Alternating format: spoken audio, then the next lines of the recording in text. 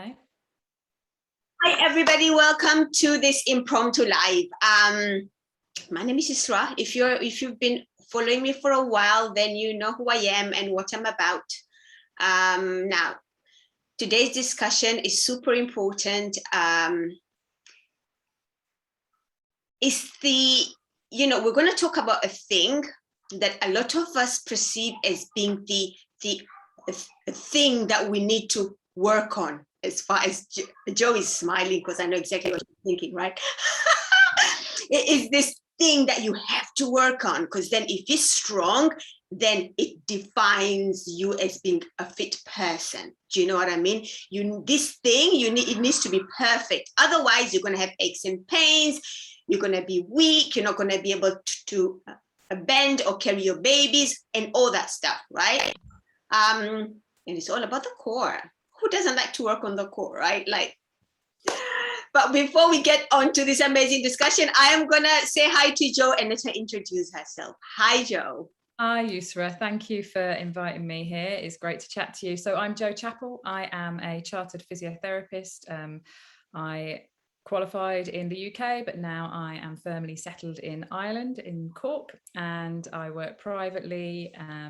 I set up a clinic called Pilates Physio Cork. I do a lot of work with musculoskeletal, so general aches and pains, that kind of stuff. But in recent years, I'm seeing more pelvic health work as well, and doing a lot of work with pregnant, postnatal women, and a lot of work with women who like to exercise, do quite a lot of high intensity type stuff, but may have difficulties or issues for various reasons. So yeah, I love talking all things back pain, all things pelvic health, particularly with a lens of exercise, activity, that kind of stuff. And so this kind of discussion gets me very excited, Yusra, and we kind of like talking about this. Oh, don't we? Anyway, yeah. So thanks for the opportunity. Always amazing to chat to you, Jo. Now, you doing everything that you're doing, that amazing work that you do, the population that you work with, right? You must be seeing a lot of beliefs around the core. My core is weak, hence I have a back pain. My core is this, my core is that, right? Now, before we get into the nitty-gritty, do we even know what the core is? Do we have like a standard definition of, right, this is where your core starts and that's where your core ends, and this is the thing, right? Do we have a definition like that? It depends. Mm-hmm. It really depends on who you're talking to and what sort of school of thought you are kind of immersing yourself with. But I would say there's still a very big question mark over what exactly are we talking about when we talk about the core. I think sort of the general popular belief that seems to be embedded in kind of most people's consciousness, it seems, is this idea of we're talking about the abdominal wall, we're talking about the abdominal muscles, and we're talking about particularly things like transversus abdominis. We're talking about sort of, how they interact with the diaphragm, the pelvic floor. We're talking about that abdominal canister. So a lot of and multifidus and all these other bits and pieces. So I think that generally there is this consensus of when we talk about the core, that's what people are implying or referencing or talking about. In terms of specific diagnosis or specific definition, is there sort of one universal definition? I don't think so. But again, it depends who you're talking to. But really, Yusra, what are we talking about? What is it all about? Like, if you want my opinion, it's something that is massively overemphasized, this concept of the core. It's an inaccurate kind of assumption. I think it's become massively, I think the importance of it is now kind of massively overemphasized. Yeah. Unfortunately. And unfortunately, I mean, I see that in a lot of fitness education, right? We know that fitness education as it stands is very much the postural structural biomechanics model that takes that whole person totally out of the equation. Yeah. It is, right? It's very much this is your box and you need to do things within this box, right? The moment you step out of the box, ooh, you're doing it wrong, right? You're squatting without engaging your core. Like, how dare you? Do you know what I mean? Now, we are taught about, you have to engage your core to stabilize the spine. So core stability is this huge thing where if you don't have it, then you're pretty much screwed. How true is that? So yeah, I mean, like just to sort of go back to your point about sort of the fitness industry, fit pros, coaches, and all of that. Like the thing I would say is that a lot of these ideas were sort of physio driven and medical model driven, and so it's not just sort of fitness industry, the fitness industry that is kind of touting this concept and notion. It's so prevalent, and the medical world and the physio world has been very much at the heart of developing it as well. But to sort of answer your question on, core stability, it must be done this way and all of that. I think, back in the day, sort of 20, 30 years ago, you had sort of anatomists and biomechanics people and professors of anatomy and all this stuff. And they were kind of looking at, they were coming up with these theoretical models about sort of how joints and the spine has sort of, like neutral zones and these sort of low displacement curves, and sort of how there's sort of you've got this sort of active and passive and system working together, and very sort of theoretical models on anatomy and okay, there's a place for that, there's a place for all of this kind of stuff. But then the clinical, the sort of like physios and the people working at the sort of coalface, looked at how to sort of find a clinical application for this. And so, then the notions around abdominal muscle support and stabilizing, engaging and maximizing strength and capacity there, because that's essential for maintaining the neutral alignment of the spine. All of these ideas emerged from there, sort of trying to make these sort of clinical models, trying to adapt that sort of theoretical knowledge to the clinical world, I suppose. And everything's an evolution, isn't it? Everything's a process and everything's developed. But I think it is fair to say that at this stage, 2021, these ideas of core stability, like, they're pretty old hat now. It's Yet we see them a lot, right? It's not up to date, it's not the done thing. Yeah, but we still see them being preached and being taught, and we see clients. I mean, I preached it, right? I'm sure we all have at some point, right? And I think this is where being okay to challenge our biases, beliefs, and assumptions is important, right? Because absolutely. And I mean, like, to sort of talk in terms of muscle inhibition, muscle activation, stabilizing, initiating and firing up local muscle groups prior to sort of getting global muscles working, and that kind of stepping stone to rehab, or it's inaccurate, it's oversimplistic, and it's ignoring, as you've said, the individual. And there's so many errors with that sort of approach, insofar as core stability or muscle activation or training the deep abdominals does not correlate to levels of pain. It doesn't correlate, posture and pain don't correlate. Activating deep abdominals and performance, there's no correlation there. We don't have the science to back these claims up. And if we want to try and understand what actually might be causing, we've got to look at other factors which are so well researched at this stage. What's going on in terms of sort of fear, anxiety, stress? What other drivers of pain are there? And there can absolutely be sort of physiological, biological reasons for pain, and we don't want to get rid of all of those things, but to just sort of talk in terms of back pain or performance or fitness and the core, as kind of these two things are kind of inextricably linked, is just massive oversimplification and inaccurate and out of date and so on and so forth. And we hear stuff like, you have a back pain because you have weak core, and then you train your core. Guess what? You train your core. It doesn't mean your back pain is going to go away, mate. Like, this is why 95% of back pain is unexplained, right? It's one of the most complex sort of things that you can diagnose. How are we to tell someone that, you have back pain, go train your core, in such, what an assumption to make as well. Yeah, and it's so interesting. I mean, I remember back in the day, junior physio in the NHS, sort of, I'd started doing Pilates training and all of that jazz, thinking, core stability, got to get people's abs strong, got to start looking at all of this.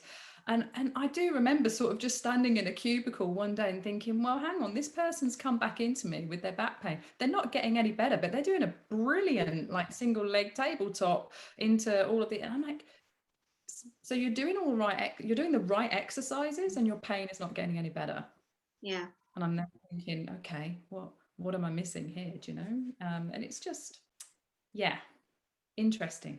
And then the interesting part is you just have a conversation with them. You get them moving outside the core. They calm down their nervous system, and somehow probably the back pain goes away. Whoopsie, right? And we can't explain it. It's just a different communication with the nervous system, and things happen, right? There's so much to delve into there. Yeah. I mean, my brain, I'm sitting here like, oh, do we want to talk about pain? Do we want to talk about core stability? Do we want to talk about so I'm gonna so many things to discuss. Now, you teach Pilates, right? Now, I don't know much about Pilates, but from my understanding, it's very much about the core. I could be totally wrong. Like, this is just my assumption. Now, do you get people who come to you with goals of strengthening the core because they feel it's weak, or they may have been told by other practitioners that it's weak, right? How do you approach that topic with them? Yeah, so I'm just sitting here smiling. So I'm trained to teach Pilates, and I run Pilates style classes. I feel more comfortable with saying, we do Pilates style exercises, but it's evolved. And that's not just me. I think that's sort of globally, because things have moved on, research has changed, things have developed. So do I do classes? Yes, I do classes. Do we do Pilates moves? We do some Pilates moves. Am I following a strict ethos that was sort of set in stone by Joseph Pilates? Not at all. Not at all. And people who come to the clinic, or people who I work with, or people who attend classes, it is very much a case of, what do you want to do? What is important to you? And, having the conversation with people about, people turn up every single day. I'm here, I've got back pain. I've been told I need to strengthen my core. I've been told I need to do Pilates. I've been told I need to do physio like Pilates. Like, okay, if we take all of that and put it over here, and we start with, what's important to you? What do you want to do? What do you enjoy? And you start asking these questions, they might be saying, well, actually, I just want to be able to garden. I've never attended an exercise class in my life. I don't like it. I just want to be able to garden. It's like, okay, well, what in particular is the problem with gardening? Let's explore that. Let's deal with that. Let's, because you don't need to do Pilates to get better. Yeah. You don't need to do Pilates to get a strong back. You don't need to do Pilates to work on your core. Pilates is a style of exercise. It is a style of movement patterns. And I enjoy it, and I like it, and it's good fun, but it's not the only thing I do. And it's the stories around it that we need to be mindful of. There's nothing bad or wrong or dangerous or harmful per se about Pilates, but it's also not necessarily better or right or safer than anything else. It's just an option. Yeah, absolutely. And I guess it's the same, I think you could say about working the abdominal wall. It's important to work on the abdominal wall. I do my exercises, right? But it's the stories that we make behind why we do what we do. That is the problem, right? Yeah, you need to work on your core, else you're gonna get back pain, right? These kind of stories are the ones that leave people feeling broken and weak and incapable. Yeah. Right? And what if actually doing too much stuff around the core making your back pain worse? Absolutely.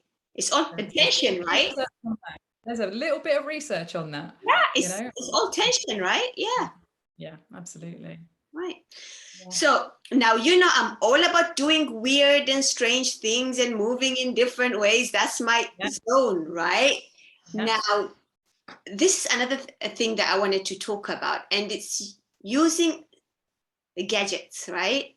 Things like Bosu balls. Now, I'm all about using Bosus to do weird stuff, but it's the story behind using it. And one of the common one is it activates your core more, right? Essentially, if I'm doing a squat on a Bosu ball, it's better than ground because it activates my core more. What are your thoughts about that? Oh, okay.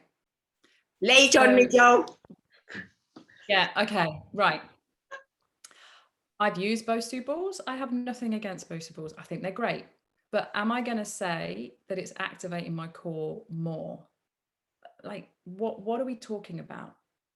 Like, is standing on a Bosu ball to do a squat harder than doing it on the floor? It's going to feel harder for me, but why? Because I don't do it that often.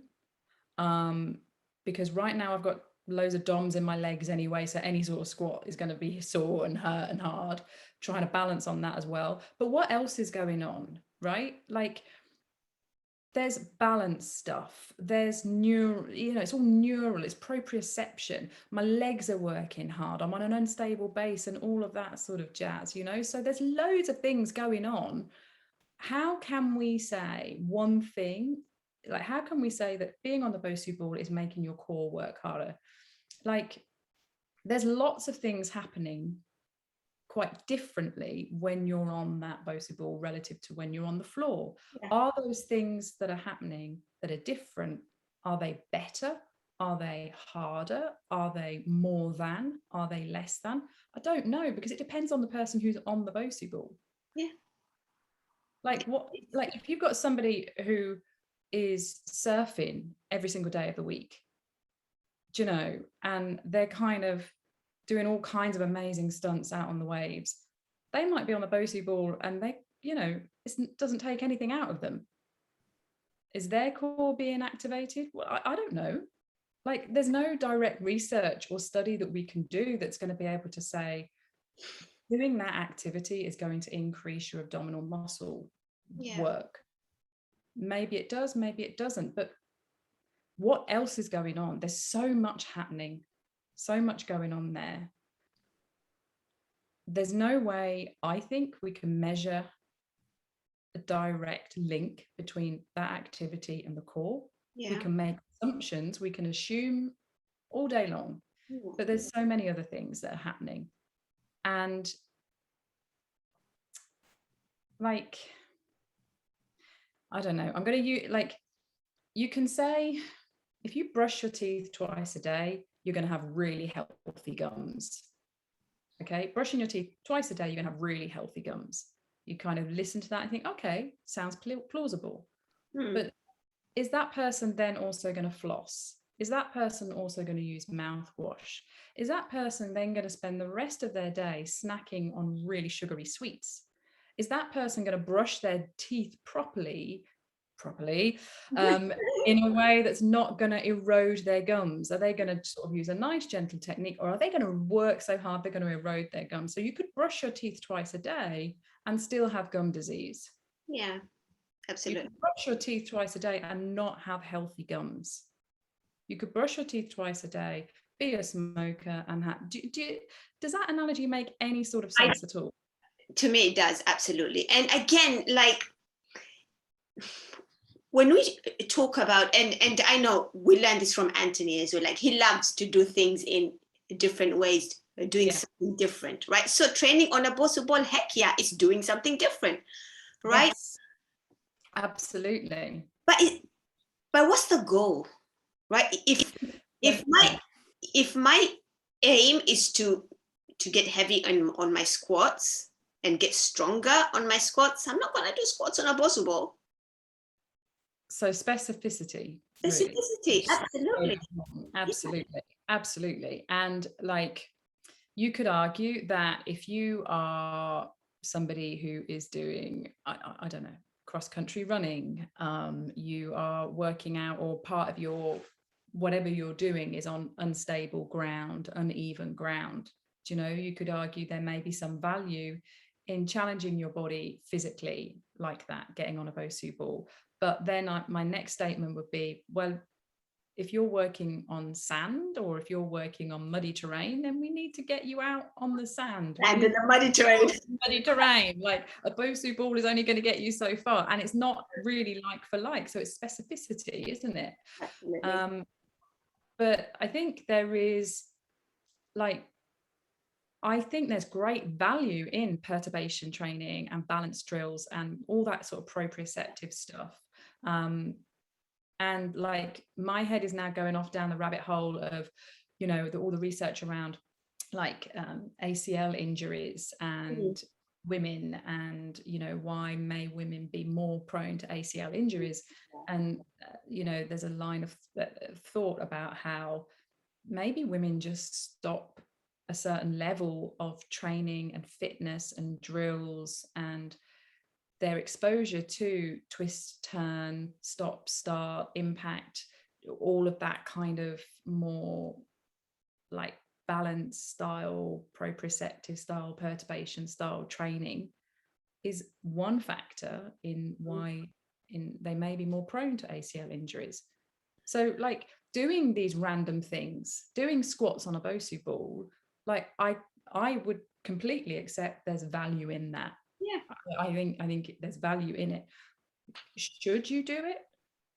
Not necessarily. Can you still progress and improve and get better and reach your goals without doing it? Yeah. Do you have to do it to work on your core? What's your goal? Like, what are we talking about? What is your goal? What is it you want to do? If you want to get really good at squatting on a Bosu ball, guess what you're going to need to do? Squat on a Bosu ball. On a Bosu ball. But if you want to get really good at fell running, you're going to need to practice running up and down hills on different landscapes and different terrain in different weathers. And no amount of squatting on a Bosu ball is going to help you with that necessarily. Yeah, absolutely. I was watching my videos yesterday that I had uploaded. Obviously, when I started learning from Anthony, which is where we met Anthony Law, right? And he was physio detective. Absolutely, guys, you need to check him out, right? If you're a coach, if you're a trainer, you need to know who Anthony Law is, right?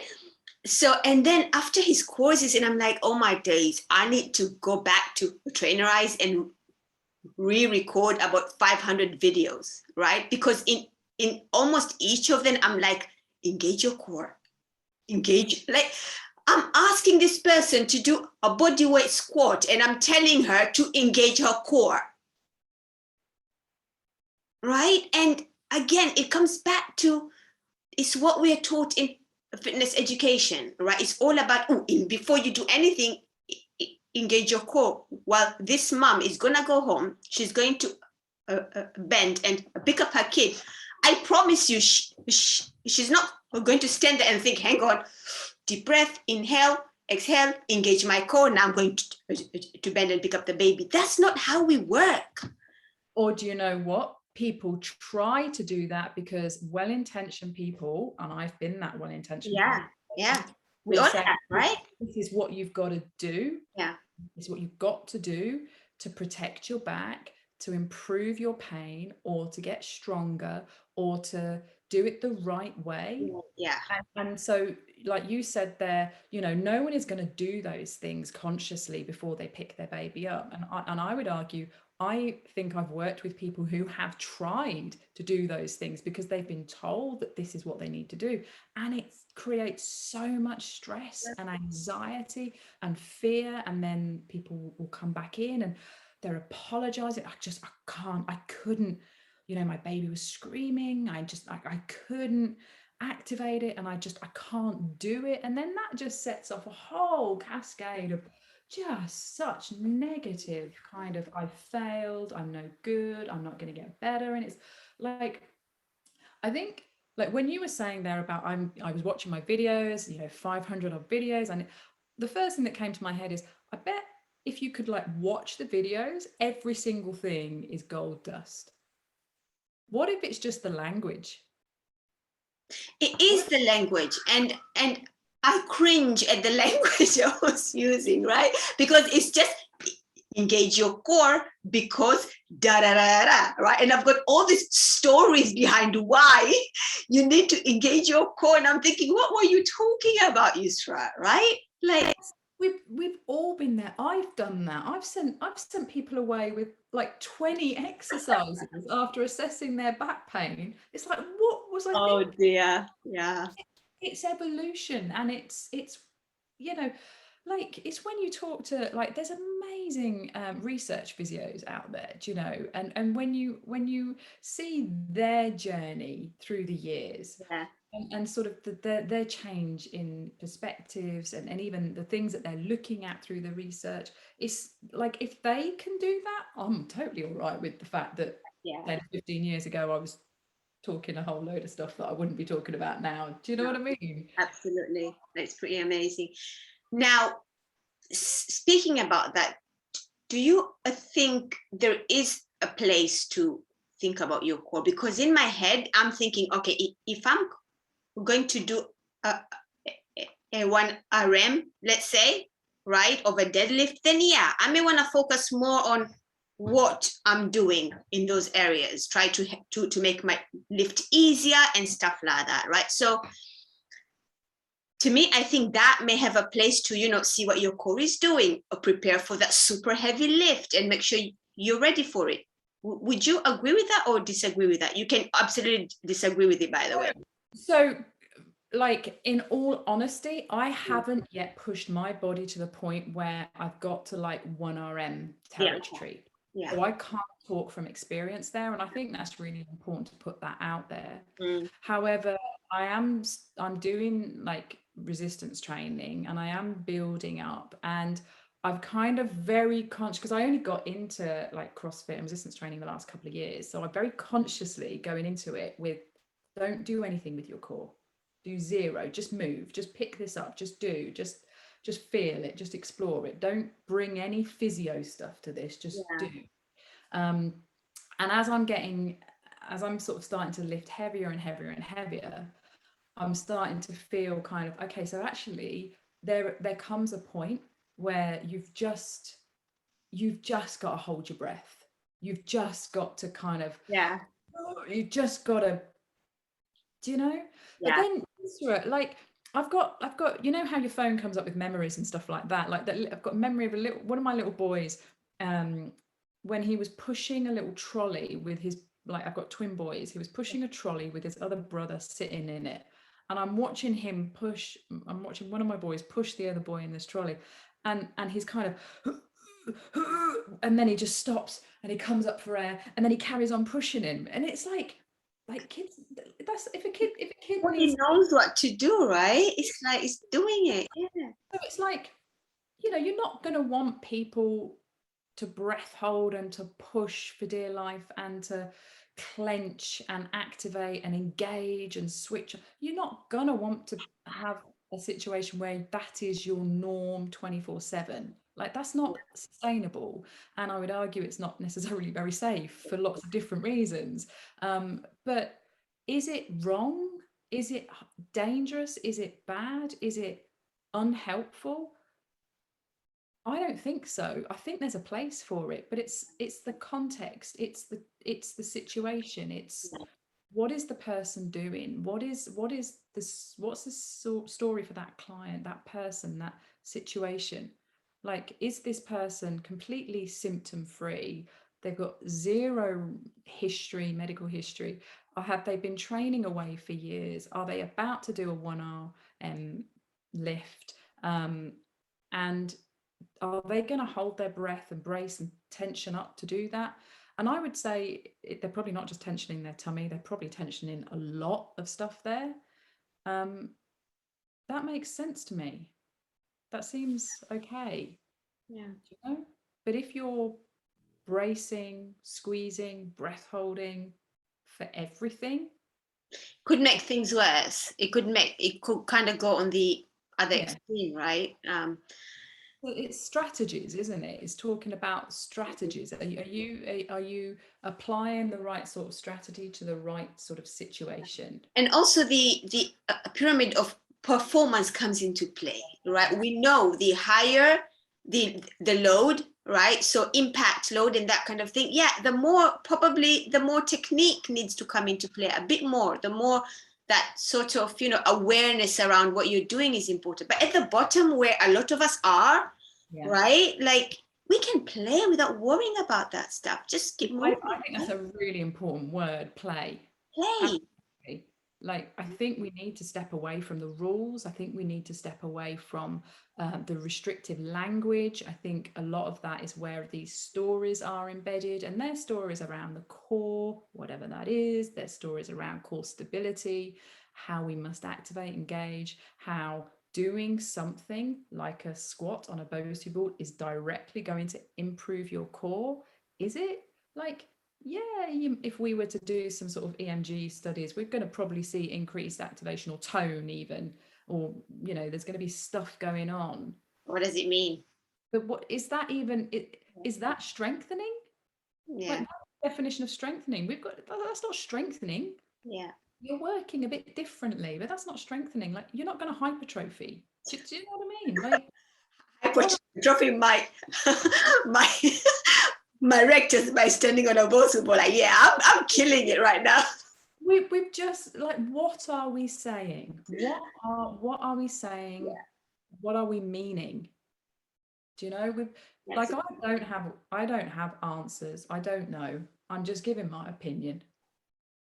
And your opinions are important, because we look at research, like, we talk about this stuff all the time, right? In terms of what is out there in the fitness industry, what we are preaching, right, as health and fitness professionals, and what is actually in the research.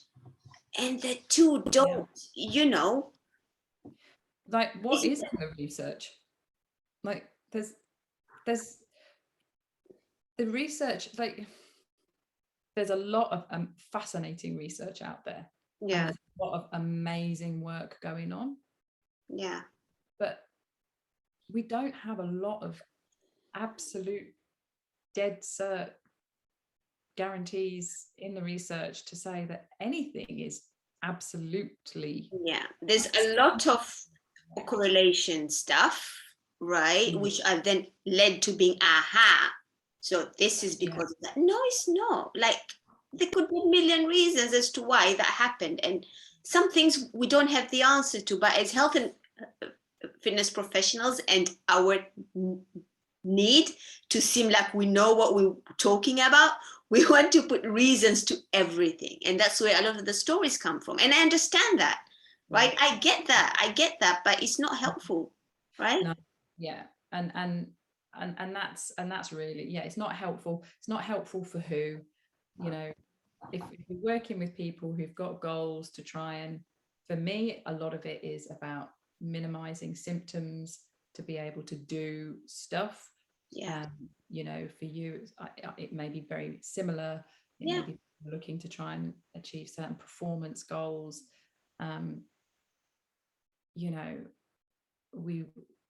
The words we use, the stories we sell matter, don't they? A lot.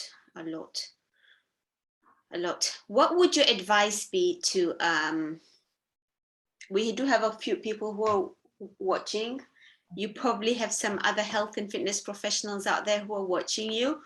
What would your advice be around the core to them? What would you want them to know? Where do you start? I think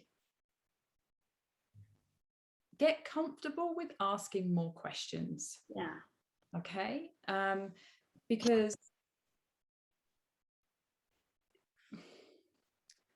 people, so I can only speak from my experience as a physiotherapist.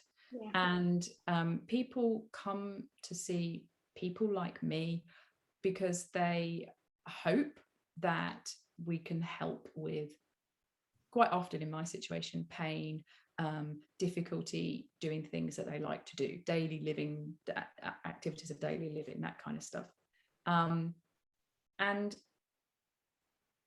for me, I get a lot of people coming saying, I obviously need to strengthen my core. I obviously, I've just had a baby. I obviously need to strengthen my core, or I'm pregnant. I want to make sure I keep my core strong, or I've got back pain. And don't just then, I think we have a responsibility to not just then blindly fall into prescriptions, not just blindly follow protocols of, we're going to start with this. We'll start with you laying on your back, and then we'll progress to more challenge. Like, ask questions. What is important to the person in front of you? What is their primary goal? And if you get an answer of, I want to sort out my pain. Okay. Why? What is that pain stopping you from doing? Or what is that pain impacting for you? And just sort of take the time to question, delve, suss out. And then if you get the little gem, I had somebody recently who came to me, I need to see you. I've got to do a class. And it's like, well, why have you got to do a class? Well, because I've got to sort this problem out. It's like, well, what is the problem? Oh, it's my back, isn't it? It's my back, it's my neck, it's my shoulder. Okay, well, what is it impacting? Well, I can't garden. Well, so we spoke about how to do gardening differently. Yeah. Do you know?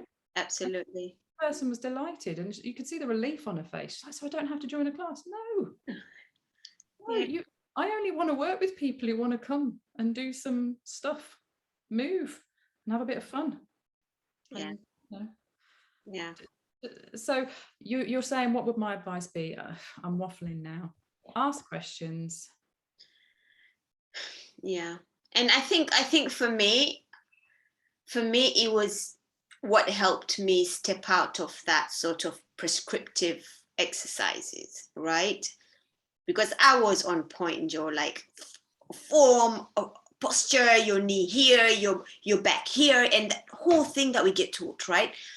What helped me step out of that is being comfortable with saying, you know what, I don't know why this works, but how about we try it and see how you feel, right? Being comfortable to say, I don't have the answer, but I'll help you get to your goals in a way that serves you, in a way that you actually enjoy, because we haven't got all the answers. It's only when we are scared to say those things, that's when we come up with all this story, just so that we make sense, right? Yeah, and I'm not sure that it is always coming from a place of fear or being scared. I think a lot of the time, like, I know that it was very much the education and the kind of curriculum that I went through as well. Yeah. And it's kind of, this is what you must do. You must start here and then progress to there. And again, it's kind of this, there's a sort of an arrogance around that. Do you know? Like, you could not just go and lift that. You can't just go and do what you want to do, because unless you've done this, you just can't do that. It's not safe. Safe, Like, yeah. that's very powerful language. It's very impactful, do you know? And perhaps we have a responsibility in the way we engage with people, from everything from our body language to our language, do you know? And who are we to tell people what they can and can't do? Yeah, Absolutely. We need to be able to challenge our own beliefs, right? Like, be okay with challenging your beliefs and saying, you know what, I was wrong. That wasn't Yeah. correct. And, yeah, because like you said, we evolve, we have experience, we grow. And the only way we can grow is by being comfortable with being uncomfortable, because that's where growth is, right? If we are Yeah. stuck in this comfortable bubble, then we don't know any different, right? Mm. Yeah, absolutely. And I think I would hope at this stage that the narrative around like core and core stability, I would hope that that is like the foundations have been, as far as I'm concerned, blown out the water with that for a long, long time. You know, it's just the ripple effects, the sort of aftermath is now sort of filtering out. Yeah. But as I said, I think it's so sort of embedded in popular belief and fitness industry and even like everything, you know, Yeah. that is going to take time to change. But I believe that it is changing, and I think, you know, people are open to questioning it a little bit more. Yeah. Thank you so much, Joe, for being here. Oh, I missed this. This has been amazing. Thank you so much for coming on. It's such a late hour. But yeah, it's been amazing. I'm pretty sure we're going to have a lot more discussions on this. It never ends. Everybody else who has joined us on Facebook, thank you so much. If you have any questions about what we've spoken about, please feel free to either comment or reach out to myself or Joe. Either of us will be happy to have a chat about this stuff. The more of us who are ready to change our language, to change how we work with people, the better we can serve people. People don't need to be put in boxes, right? People are strong, they're capable, adaptable, and resilient. Our bodies are stronger than we think, right? So just keep playing. Absolutely. Right? Just Yeah. keep playing. All right, my lovelies. I'll talk to you soon.